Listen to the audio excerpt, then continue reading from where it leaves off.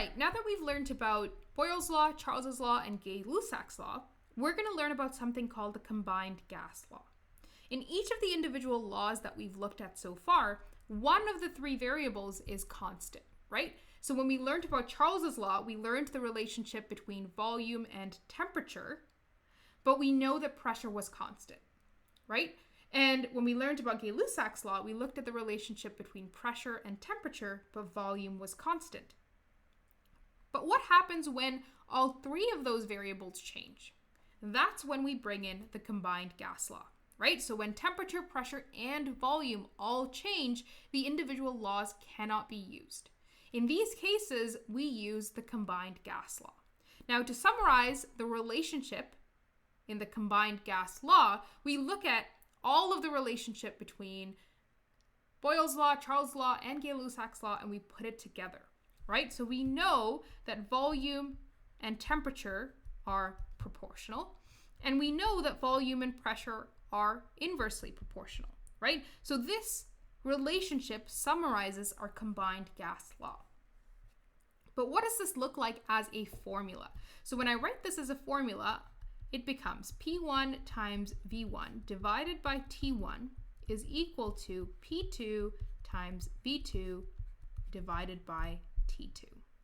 So this is my combined gas law formula. So when I'm given everything except one of these variables, I can use this formula to solve for that one variable. Let's take a look at an example about how we would do this.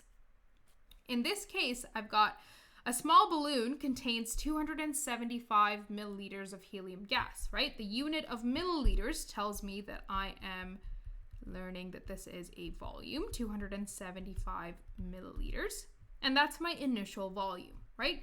And that volume is at a temperature of 25.0 degrees Celsius. That's my initial temperature. T1 is equal to 25.0 degrees Celsius, and a pressure, P1, of 350.0 kilopascal.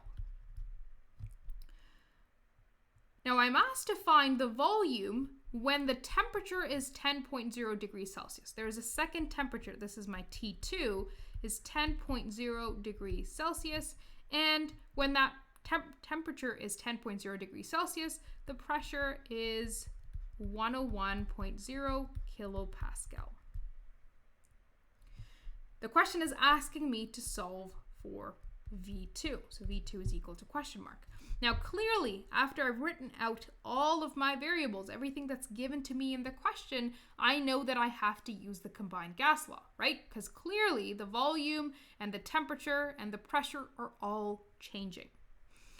Now, before I get into the actual formula, I want to make sure that my units are consistent. So I'm going to start by looking at pressure. I've got two different pressures here, P1 and P2. All I want to make sure is that they're both the same unit, kilopascal, and they are. If they were both ATM, that's fine too. You just need the pressures to be the same unit. Now let's take a look at temperatures. I've got T1 and T2. Not only do they have to be the same unit, they have to be Kelvin. So I have to make sure that I am converting this to Kelvin before I plug them into my calculation, right? So 25 degrees Celsius plus 273 will give me 298 Kelvin. Now I have to remember that when I'm adding, my sig figs of adding come into play, right? When you're adding two numbers, the number of decimal places in the answer is dependent on the number of decimal places that are in the question here. Now, same thing here, I'm going to make that conversion to Kelvin. 10 degrees Celsius plus 273 Kelvin gives me 283 Kelvin, right? So I've converted both of my temperatures to Kelvin. My pressures are both consistent, they're both kilopascal. My volume is milliliters. That just means that when I solve for volume here, V2 is going to be in milliliters as well, and I'm okay with that. So I'm going to write my formula down. P1 times V1 divided by T1 is equal to P2 times T2 times V2 divided by T2.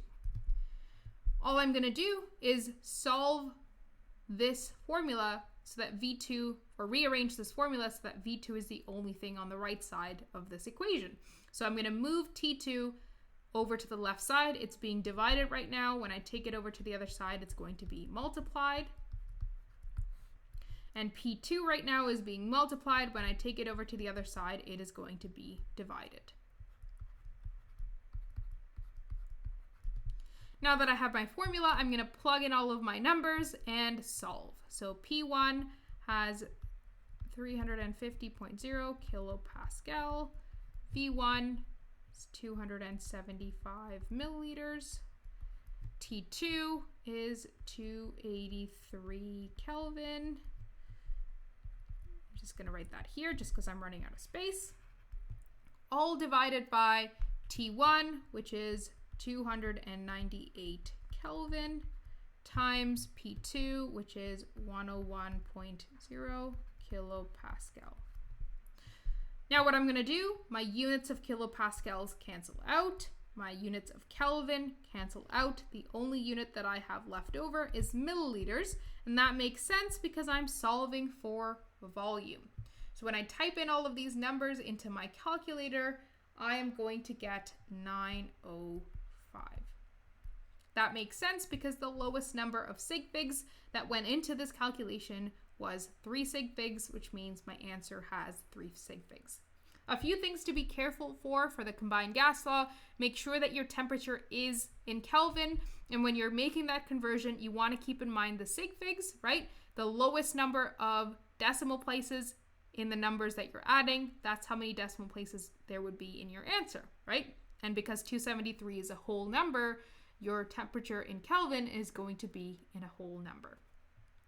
Okay, that's it.